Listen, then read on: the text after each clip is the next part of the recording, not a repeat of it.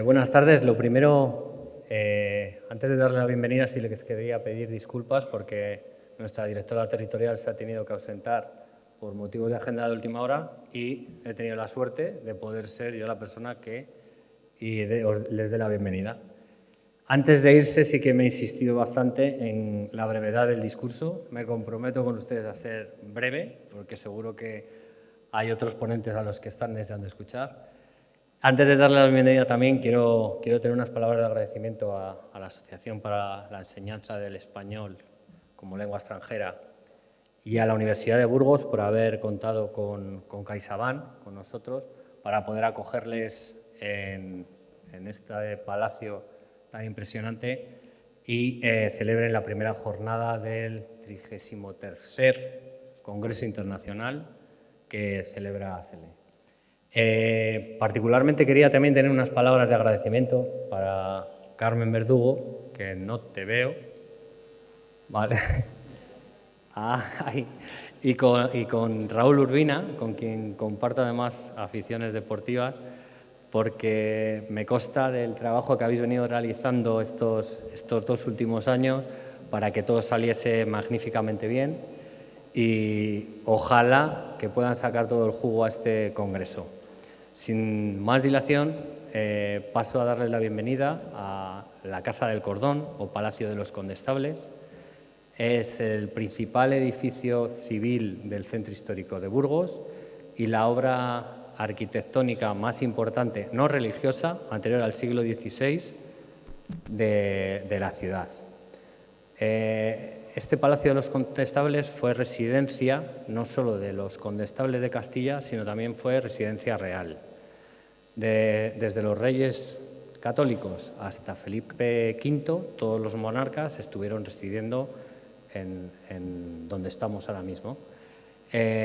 Por lo que, como podrán pensar, pues aquí ha habido grandes acontecimientos económicos, políticos y sociales. Y con la jornada de hoy, seguro que a partir de mañana podemos decir que también ha sido sede de un gran acontecimiento cultural. Ahora mismo es la dirección territorial de CaixaBank en Castilla y León y desde aquí se toman las decisiones económico-financieras para toda la comunidad.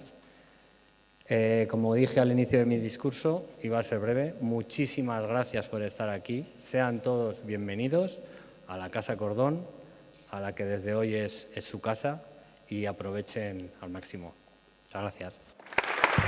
Director, presidente del Congreso, presidente de ASELE, queridos Raúl y Javier, queridos profesores y profesionales del español, muy buenas tardes a todos y, en primer lugar, muchísimas gracias por haber aceptado la invitación a estar presentes y participar en esta mesa previa a la inauguración formal del 33º Congreso Internacional de ASELE. Mi nombre es Guillermo Escribano, soy director general del Español en el Mundo desde hace casi 2 años en el Ministerio de Asuntos Exteriores, Unión Europea y Cooperación. Y bueno, nos vimos en la clausura del año pasado en Verona, donde pude explicaros más o menos las grandes líneas del trabajo que hacemos en el marco de una institucionalidad muy tupida en España, de grandes unidades de la Administración que promueven el español en el exterior. La nuestra es una unidad pequeña, enmarcada en la Secretaría de Estado para Iberoamérica y el Caribe y el español en el mundo, y fue concebida como una unidad de estrategia para dotar de coherencia, en el caso de ser necesaria, a la acción de los diferentes organismos competentes por la materia en el exterior, y sobre todo hemos ido centrándonos en perfiles profesionales en los últimos años que se ocupan de la materia. En Verona acuñamos ese concepto de los profesionales del español. No todo el mundo es personal docente y nos pareció muy interesante intentar ahondar en este concepto. Es cierto que existe poca investigación respecto a ese perfil del profesorado o del profesional del español. El último ejercicio lo capitaneó, yo creo, Javier Muñoz Bassols ya en 2017 desde Oxford, y nos interesa, en la medida en la que podamos llevarlo a cabo, ofreceros como colectivo en el futuro la posibilidad de financiar determinado tipo de investigaciones sobre lo que hagáis. Estamos preparando en la Dirección General una modesta línea de ayudas que verá la luz a finales de este año, y confiamos en que pueda contribuir a todos vuestros estudios. Hoy, y con todo el permiso que me dé Luis García Montero, que de esto sabe mucho más que yo, nos centramos en una parte del mundo que es absolutamente esencial por ser pues bueno, un campo de enormes oportunidades. Muchas veces yo estuve destinado unos años en la Embajada de España en Manila y en Filipinas. Ahí pues,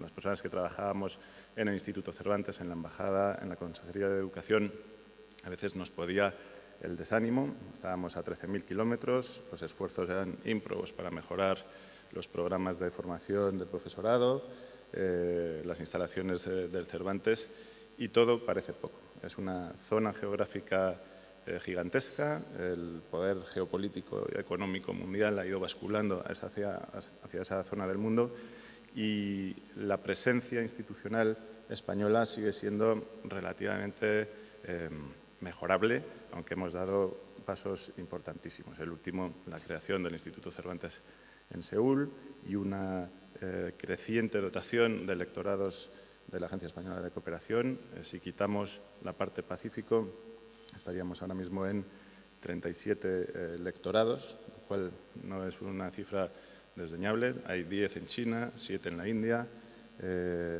y luego pues, en cifras de en torno a 2, un lectorado por país. Hay enormes diferencias, lo vamos a ver en los 5 casos que vamos a estudiar este año en cuanto a la institucionalidad.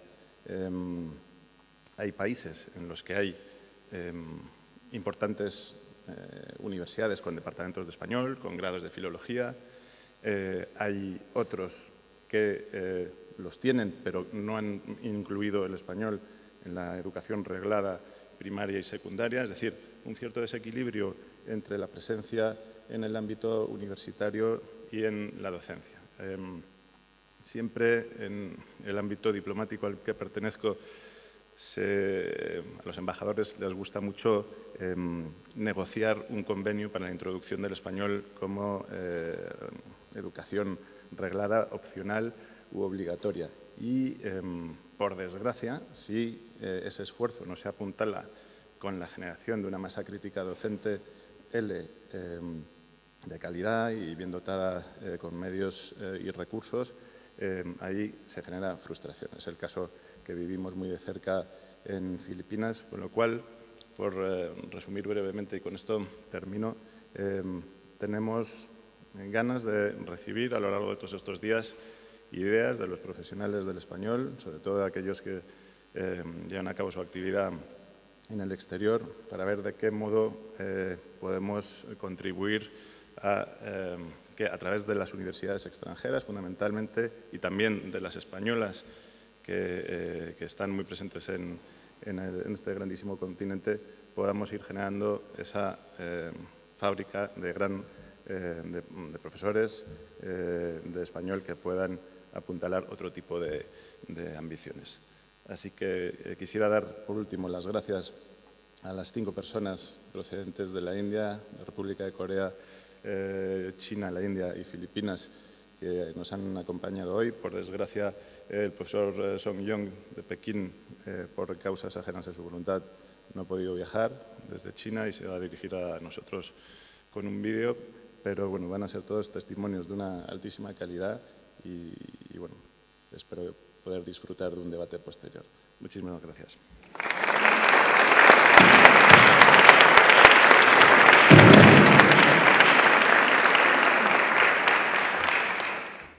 tardes, queridos y queridas asistentes y congresistas. Les damos la bienvenida al 33º Congreso Internacional de ASELE. Antes de comenzar esta breve presentación, prometo que va a ser muy breve, quiero agradecer de todo corazón a Guillermo Escribano, director general del Español del Mundo, y a Carmen Álvarez Rodríguez, subdirectora general, por hacer posible que el Congreso comience con esta interesantísima y necesaria jornada sobre el español en Asia. Esta apuesta del Ministerio de Asuntos Exteriores, Unión Europea y Cooperación supone un magnífico punto de partida para este primer día. Y, por supuesto, extiendo los agradecimientos a CaixaBank, a mi gran amigo Alberto Navarro. He de confesarles así en petit comité que somos compañeros deportivos de natación y yo vestido gano mucho particularmente. Y, sobre todo, darles la bienvenida en un lugar tan especial, tanto desde el punto de vista cultural y con tanta relevancia desde el punto de vista internacional. Lo ha comentado antes Alberto Navarro de manera muy sintética, pero les voy a dar una visión histórica del lugar en el que nos encontramos. Nos encontramos en lo que conocemos habitualmente como Casa del Cordón, pero cuyo nombre original es el Palacio de los Condestables de Castilla. Cuando salgan de este acto podrán comprobar que en la entrada a este edificio por la Plaza de la Libertad, incluso hasta lo pueden ver si se dan la vuelta, hay un cordón franciscano al que debemos su nombre. El edificio es todo un símbolo de la arquitectura civil burgalesa de finales del siglo XV. Fue construido en el último cuarto del siglo XV por encargo del condestable de Castilla, Pedro Fernández de Velasco, y su esposa, Mencía de Mendoza, y fue declarado bien de interés cultural en 1968. Al parecer, debemos su construcción original a los maestros Juan de Colonia y Simón de Colonia, este último autor de la capilla de los condestables en la catedral, que si han podido visitar la catedral es uno de los lugares indispensables. Por supuesto, el edificio ha sufrido muchas modificaciones y una recuperación profunda y audaz en los años 80 del siglo XX ha conseguido que estemos hoy aquí disfrutando de este evento. Hablo de audacia porque realizar esta obra y excavar hasta 3 plantas de sótano que tiene ahora, para ello hubo que utilizar tecnologías muy avanzadas para congelar las aguas freáticas y fue preciso instalar pilotes para sustentar todo el claustro. Créanme que para las personas que vimos esta reconstrucción, durante un tiempo la Casa del Cordón parecía pender de un hilo. Para que disfruten de este momento, les invito a que dejen de mirarme un poquito a mí, que reconozco que estoy un poquito nervioso, y que puedan fijarse en este precioso patio porticado que sigue los modelos de los palacios renacentistas. Tiene, como ven, 2 pisos de galerías construidos entre 1484 y 1497. Cada lado tiene 5 arcos y podemos contemplar los escudos de las familias Velasco y Figueroa. Antes lo ha apuntado brevemente Alberto Navarro. La Casa del Cordón fue residencia eventual de los reyes de Castilla, de Carlos I, de Felipe II, Felipe III, Felipe IV, Carlos II y Felipe V. Con tanto rey Felipe, creo que tendremos que invitar a Felipe VI a que pase aquí unos días para añadirle a la nómina de personalidades.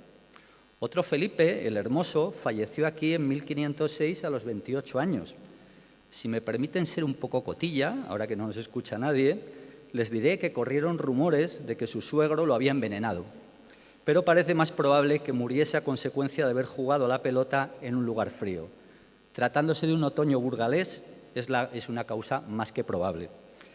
A partir de ahora, los padres y madres aquí presentes, cuando aconsejen a sus hijos que no se queden fríos después de haber jugado un rato con los amigos, pueden aducir su preocupación añadándole una evidencia histórica.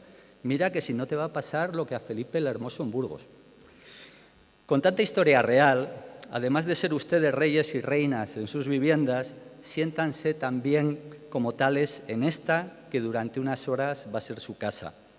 De hecho, les recuerdo que para aliviar este acto tan denso tendremos un pequeñito descanso para tomar café y estirar las piernas. Y también, por aquello de recordar imponderables necesidades fisiológicas, en el descanso nuestro equipo de organización les indicará dónde encontrar los aseos ubicados en el primer sótano. Es una cosa muy puntual, pero yo creo que muy necesaria. Después de estos breves consejos prácticos, no se preocupen ustedes. No voy a seguir intentando dar una lección artística e histórica para la que no me siento capacitado. No estamos aquí solamente para disfrutar de esta joya arquitectónica, sino también para subrayar su relevancia internacional, que conecta bien con nuestro Congreso y la jornada que lo inaugura. Este edificio ha sido testigo de grandes acontecimientos políticos y sociales. El más relevante para el asunto que nos ocupa se produjo en 1497. Los Reyes Católicos recibieron en la Casa del Cordón a Cristóbal Colón tras su segundo viaje a América. También aquí se reúne el Consejo de Regencia que nombrará a Fernando de Aragón rey regente de Castilla. El rey se establecerá aquí y en nuestra ciudad sancionó las conocidas como leyes de Burgos, que recogían el marco jurídico para regular las relaciones con la población indígena a la que se confería la naturaleza de personas libres al fin. Nos encontramos, pues, ante un edificio testigo del descubrimiento de un nuevo mundo, toda una empresa que nos hizo más grandes, pero no pensando ahora, por supuesto, en cuestiones políticas e imperiales, sino por la comunidad hispánica que hemos creado en torno a nuestra lengua. Y esa lengua y esas culturas hispánicas se concitan aquí y ahora, en la Casa del Cordón, en esa proyección a otros mundos y otras realidades. Disfruten de la jornada y muchas gracias por estar con nosotros en Burgos.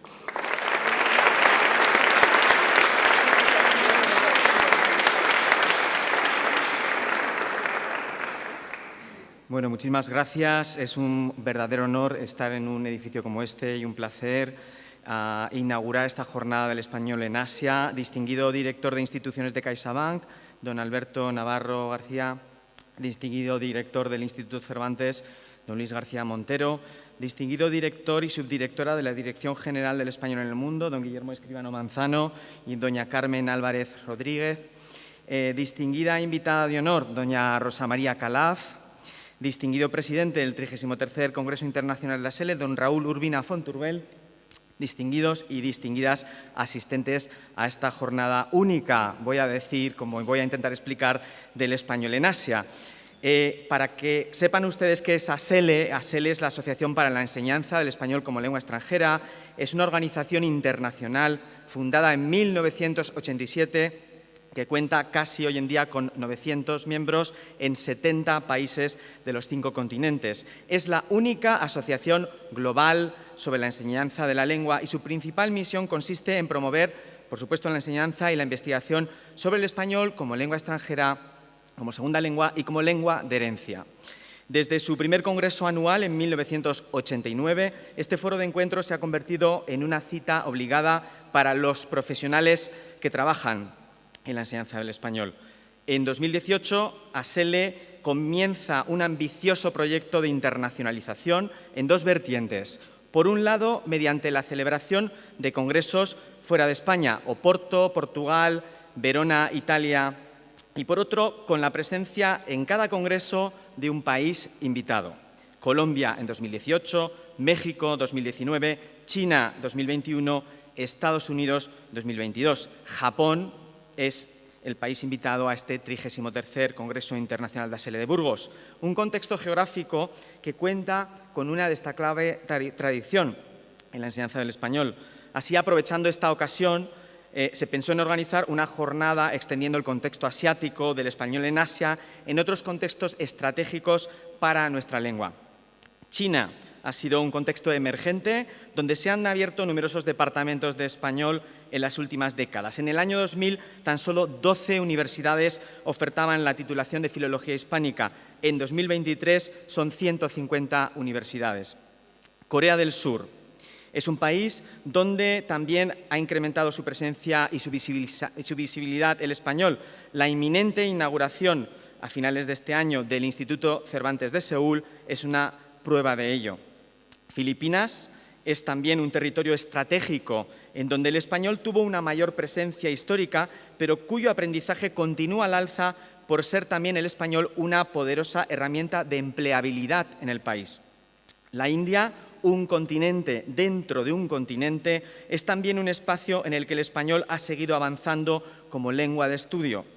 El Instituto Cervantes de Nueva Delhi es el centro de la red Cervantes con el mayor número de estudiantes del mundo y también el centro examinador DELE con el mayor número de exámenes por año.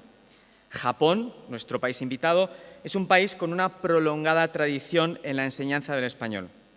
Cuenta con una emisión diaria de radio para aprender español y desde 1967 cuenta con un programa semanal de televisión también para aprender español. En el país se puede estudiar español en más de 220 universidades. Este evento sobre el español en Asia, fruto de la colaboración entre la Dirección General del Español en el Mundo, ASELE y la Universidad de Burgos, nos va a permitir, por lo tanto, comprender mejor la realidad de este importante continente para nuestra lengua.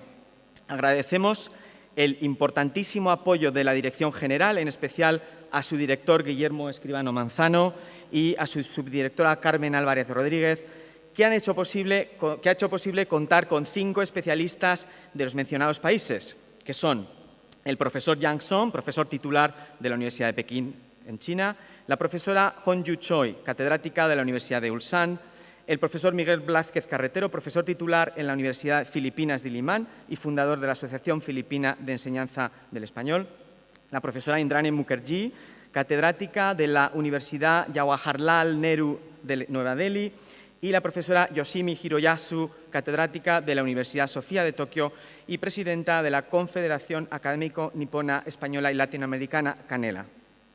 Esta jornada es también un reflejo de lo importante que es la internacionalización para nuestra lengua.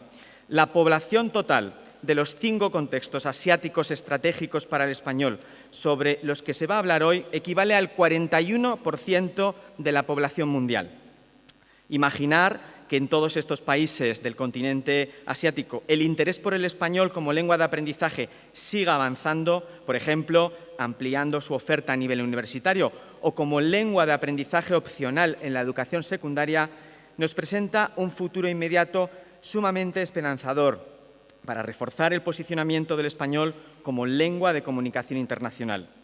Para ello, será necesaria la acción conjunta de agentes institucionales, apoyos locales y gubernamentales y, por supuesto, asociaciones de profesores de español y de profesionales de español, como explicaremos después.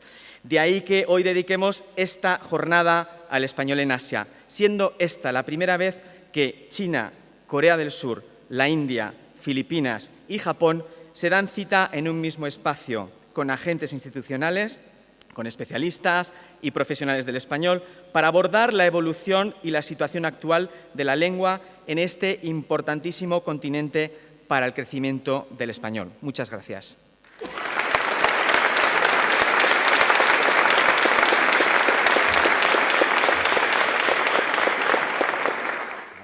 Gracias, profesor Muñoz Bassols. A continuación, Javier Muñoz Bassols va a presentar al director del Instituto Cervantes, Luis García Montero.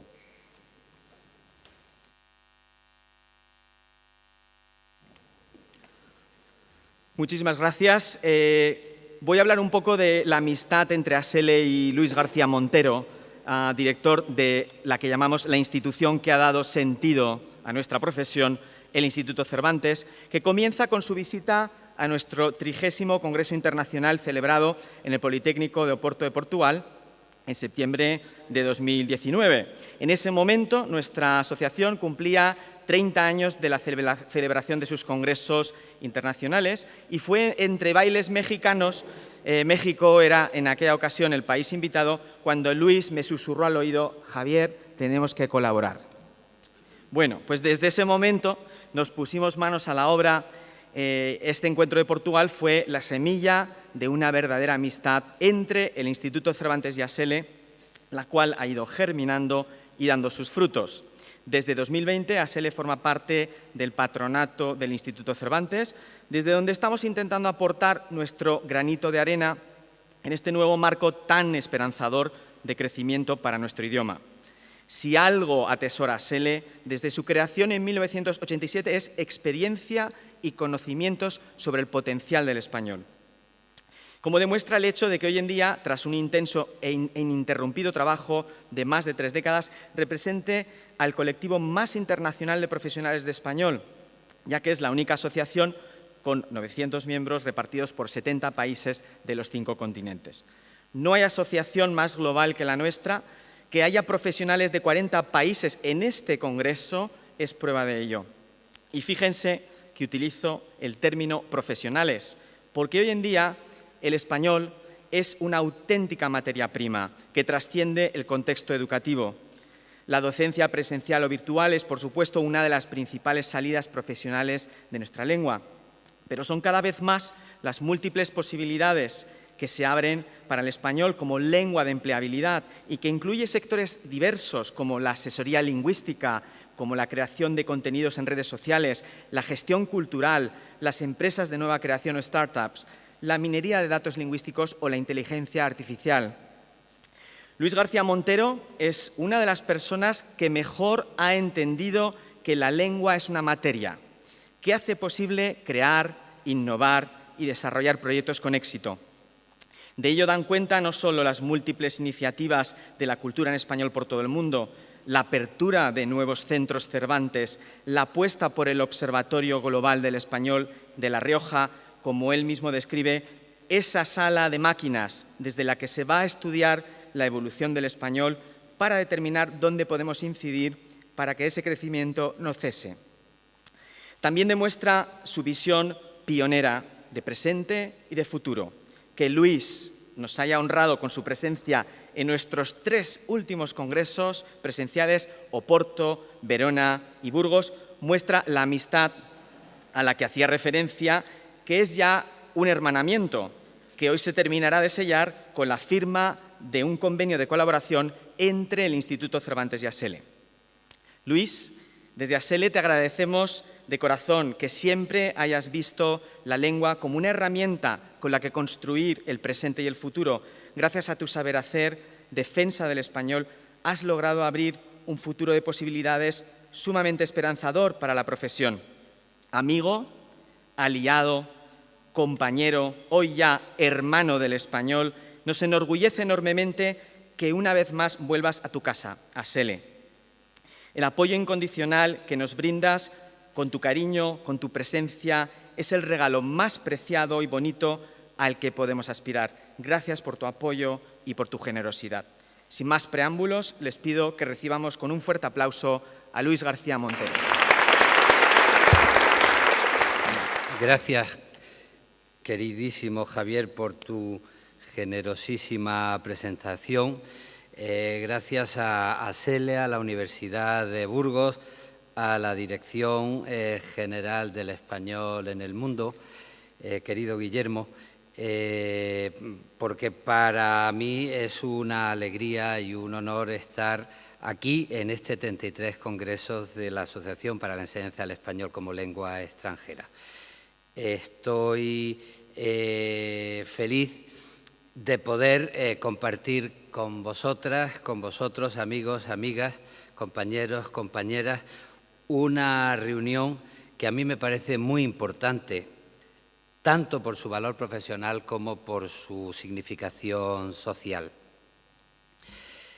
Plantearse la enseñanza del español como lengua extranjera, como segunda lengua o como lengua de herencia, enseguida nos indica algo decisivo en el mundo que vivimos, y es que enseñar un idioma es mucho más que enseñar un vocabulario. El mundo en el que vivimos. Antes de empezar, Javier y yo estábamos hablando, yo les recordaba que en Burgos se había celebrado la 20ª reunión de ASELE, y él me decía, así como han cambiado las cosas, entonces lo que se discutía aquí eran las repercusiones de la radio y de las emisoras de radio en la enseñanza del español. Si lo comparamos en la situación con todo lo que significa la transformación digital, vemos que estamos en un momento muy importante para tomarnos en serio eso de que enseñar un idioma es mucho más que enseñar un vocabulario. ¿Por qué? Porque creo que estamos en un momento de transformaciones tecnológicas, comunicativas, sociales, donde las personas que nos dedicamos a la enseñanza de las lenguas, de la cultura, de las humanidades, deberíamos empezar a cambiar conceptos como el de plurinacionalismo por conceptos como el de interculturalidad. Y eso significa que tenemos una responsabilidad a la hora de plantearnos nuestras identidades, nuestras relaciones con los demás. Y en un mundo en el que por mil motivos que no voy a entrar a analizar se empiezan a favorecer una vez más las identidades cerradas, las identidades que dan lugares a sesgos racistas, machistas, pues es muy conveniente tomar conciencia de que el entendimiento democrático necesita identidades abiertas y que la interculturalidad es una apuesta que nos afecta como profesionales de las lenguas y como ciudadanos y ciudadanas. Mantener la conciencia de nuestra propia identidad, no sentirnos solos, mantener un compromiso con la vida en un compromiso de sentido, de pertenencia, tiene que fundarse también en una relación abierta con las otras identidades y con los otros sentidos de pertenencia. Vivimos en un momento, además, donde el español pues, tiene un ritmo vertiginoso, un ritmo de crecimiento muy importante. Hay millones de estudiantes, es el idioma preferido en los países anglófonos, es un idioma que está adquiriendo protagonismo. Y en esta atmósfera, reflexionar sobre lo que significa enseñar el español como lengua extranjera es decisivo. Son muchos los motivos que barajamos en nuestros estudios sobre la importancia de la televisión, motivos que van desde la repercusión de las telenovelas, los intereses deportivos. En los estudios que hicimos con el Instituto Elcano, por ejemplo, se decía que el motivo de interés por lo español más importante en Japón era el fútbol, por los intereses económicos, desde luego, de una comunidad con más de 500 millones de hablantes nativos y con todas las posibilidades que el horizonte latinoamericano y español pues va abriendo poco a poco al mundo de la economía y de la inversión. Con idiomas en confianza se multiplican, son los estudios que tenemos, los tratos comerciales y las inversiones. Pero en todo este panorama, nadie mejor que los profesionales del español, los profesores y las profesoras entre los profesionales del español, son los más indicados para recordarnos que podemos estar orgullosos, pero que no nos conviene caer en la autocomplacencia. Y de ahí la importancia de estas reuniones y de asociaciones como ASELE. Estudiar las posibilidades y estudiar las exigencias de una enseñanza digna del español en contextos muy diferentes. Cuando se estudia la geolingüística del español, se ven cuáles son los matices que están en juego y que definen nuestro trabajo. El trabajo en favor de un idioma que tiene mucho que aportar. Hemos conseguido hacer un idioma que mantenga su unidad en el respeto a la diversidad. Mi padre nació en Burgos, mi madre nació en Granada. Hoy nadie se atrevería a decir que mi padre habla mejor español por nacer en Burgos que mi madre por ser andaluza. Por salir de mi familia, no creo que María Teresa León, nacida en Burgos, hablara mejor español que María Zambrano. Y esto es importante tenerlo en cuenta porque tenemos que decir que desde México a Guinea Ecuatorial, cada cual habla el español según se habla en el lugar en el que ha nacido, y cualquier tipo de centralismo está fuera de lugar. Y en este sentido, si mi preocupación es la tensión que se puede motivar desde una identidad cerrada sobre el mundo, o la necesidad de sustituir identidades cerradas por identidades abiertas, pues defender un idioma que ha conseguido mantener al mismo tiempo su unidad de entendimiento con el respeto a la diversidad, me parece un valor importantísimo. El español es una lengua materna precisamente por su respeto a la diversidad y porque una parte muy importante del trabajo de los que enseñan español pues tiene que ver con que no se trata de una lengua definida para el mundo de los lobbies, para el mundo de hacer negocios, sino también para un mundo de comunidad relacionada con los valores maternos y la diversidad, donde entran en juego pues el amor, las emociones, los miedos, la necesidad de entenderse. Enseñar en lo posible acercarse a esta manera de ser es una de nuestras tareas y por eso insisto, más que un vocabulario, se trata de construir el aprendizaje de unas culturas, unos valores, y para eso es fundamental el trabajo de los profesores y las profesoras de enseñanza de español como lengua materna, que son las que nos ayudan a comprender los contextos geográficos, las diferencias sociales y culturales, lo que se pone en juego desde la forma en que se canta un gol en Buenos Aires o en Barcelona cuando lo mete Messi, hasta, por ejemplo, lo que hay también en juego cuando se piensa en la herencia sefardí. Y todo esto, claro, en relación con una enseñanza que intenta desarrollarse en los niveles de primaria, secundaria y universitaria, las enseñanzas regladas, pero también en las academias y en los centros de lengua española en la enseñanza no reglada.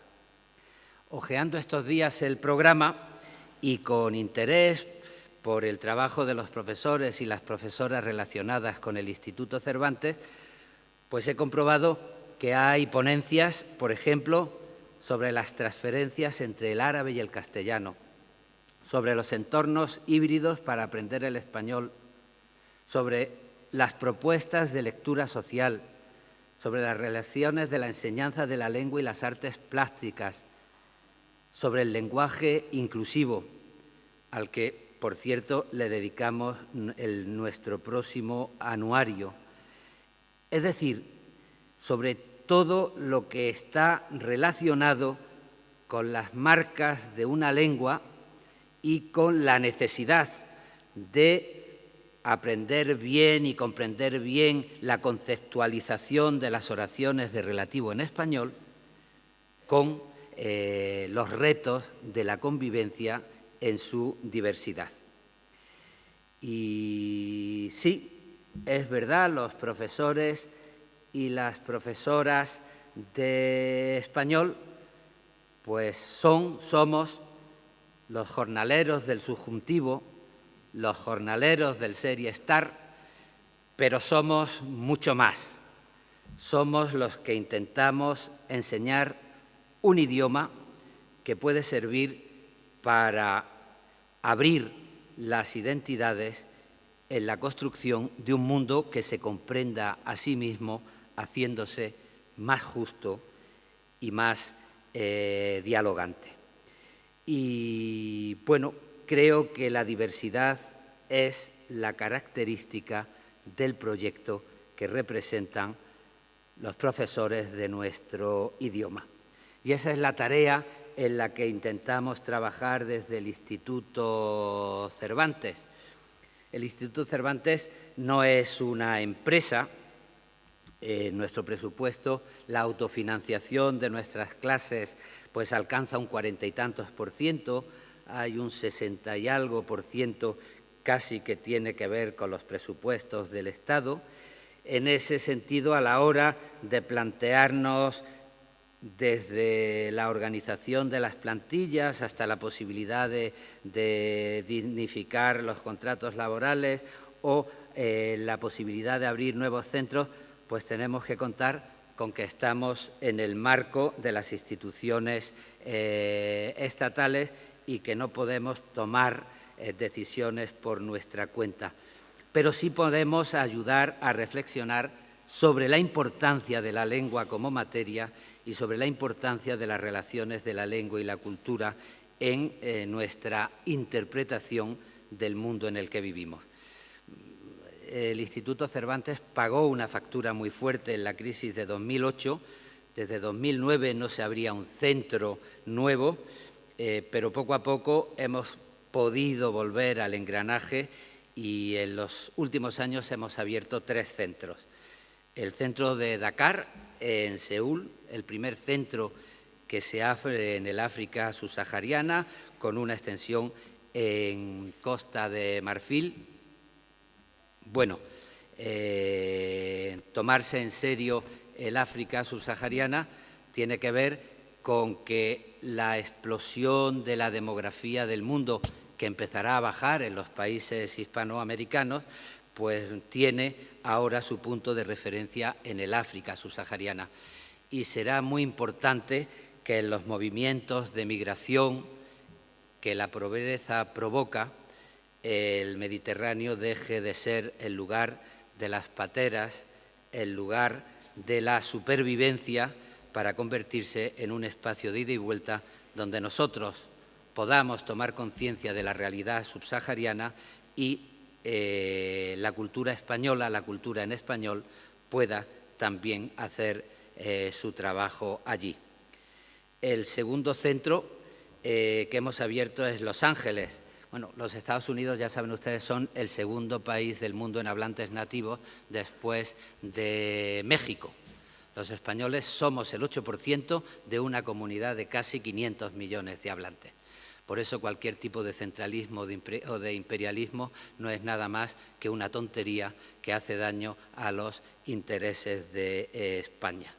Y a partir de ahí, pues nos gusta sumarnos a las posibilidades que el cine, la música está dando, por ejemplo, en Hollywood, en California, donde hay 12 millones de hablantes nativos de español, pero nos gusta sumarnos también a un debate que es el debate de las identidades cerradas, porque hay muchos intereses en los Estados Unidos para declarar el español como una lengua de pobres, dudar del bilingüismo y crear ámbitos de marginación.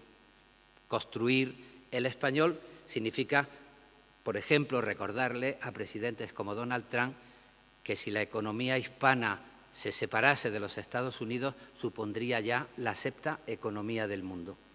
Y podría también ser importante, si es que tiene tiempo para leer, pues hacerle entender la importancia de ser la lengua donde han escrito desde Miguel de Cervantes y Santa Teresa de Jesús hasta García Márquez o Mario Vargas Llosa. Y el tercer centro que abrimos es el centro de Seúl, el centro de Seúl que viene a sumarse en Corea del Sur a los otros centros que tenemos en Asia. Y es un tema que afecta especialmente a esta relación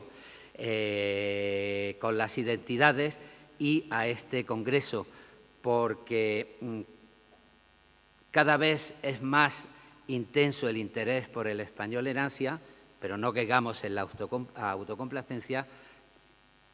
El español ha tenido tradicionalmente poca presencia, entre otras cosas, debido a la lejanía territorial y a la lejanía de nuestras lenguas. Y hay que apostar mucho para sacar provecho de este creciente interés que puede solucionar la vieja falta de presencia. El español gana mucho terreno. En nuestros estudios pues hay una conciencia clara de una apuesta en la educación de lenguas en países como Corea del Sur, como Japón, como China, como India, y muchas veces, pues por ejemplo, en India lo constatamos, interesa el español porque es una lengua que ayuda, por ejemplo, a la hora de encontrar trabajo cuando hay que emigrar a los Estados Unidos. Vuelvo a decir, la interculturalidad responde mucho mejor al mundo de hoy que el plurinacionalismo. El español tiene buena imagen en Asia, eso es verdad, y en algunos países, además, por tradición, como Filipinas, el español forma parte de su memoria, algo que no ocurre en otros países. Hay trabajo por hacer, hay mucho trabajo por hacer. Lo recordaba antes Javier, el centro donde más actividad tiene el Instituto Cervantes en la actualidad es el centro de Nueva Delhi. Y bueno, está muy bien tomar conciencia de que, según las últimas estadísticas, pues ya hay más de 54.000 estudiantes de español en China, o en la India en torno a unos 50.000. ¿Cuál es nuestro trabajo? Hablamos de los profesionales y no solo de los profesores de español, pues el trabajo tiene que ver con un horizonte amplio de los mecanismos turísticos, los mecanismos económicos y la toma de conciencia de los contextos. Por ejemplo, es muy importante facilitar cursos de formación de profesorado en Asia, porque a veces hay enormes dificultades de profesores no nativos allá para conseguir un permiso de trabajo. Y entonces apostar por formar bien a profesores nativos y apostar por que se facilite estancias largas de estos profesores en España, pues es parte de los acuerdos y de los convenios en los que estamos trabajando.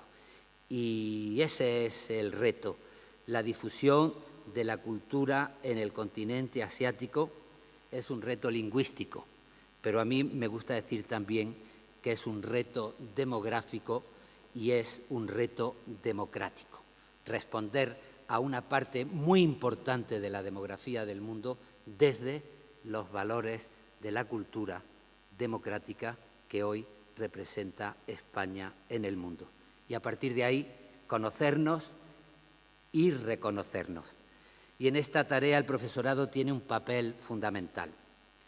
Si los representantes institucionales, si la diplomacia son los que deben conseguir que el español esté presente en la enseñanza reglada de estos países y en los intercambios de estudiantes y que fluyan los docentes por nuestras fronteras, es sin duda el profesorado que se reúne hoy aquí, el profesorado local, el profesorado nativo, el encargado de llevar al aula un español que incluya toda la cultura y la visión democrática que conlleva nuestra lengua. Por eso, repito para acabar, que es un honor estar aquí y por eso vuelvo a repetir que somos mucho más que los jornaleros del subjuntivo. Muchísimas gracias.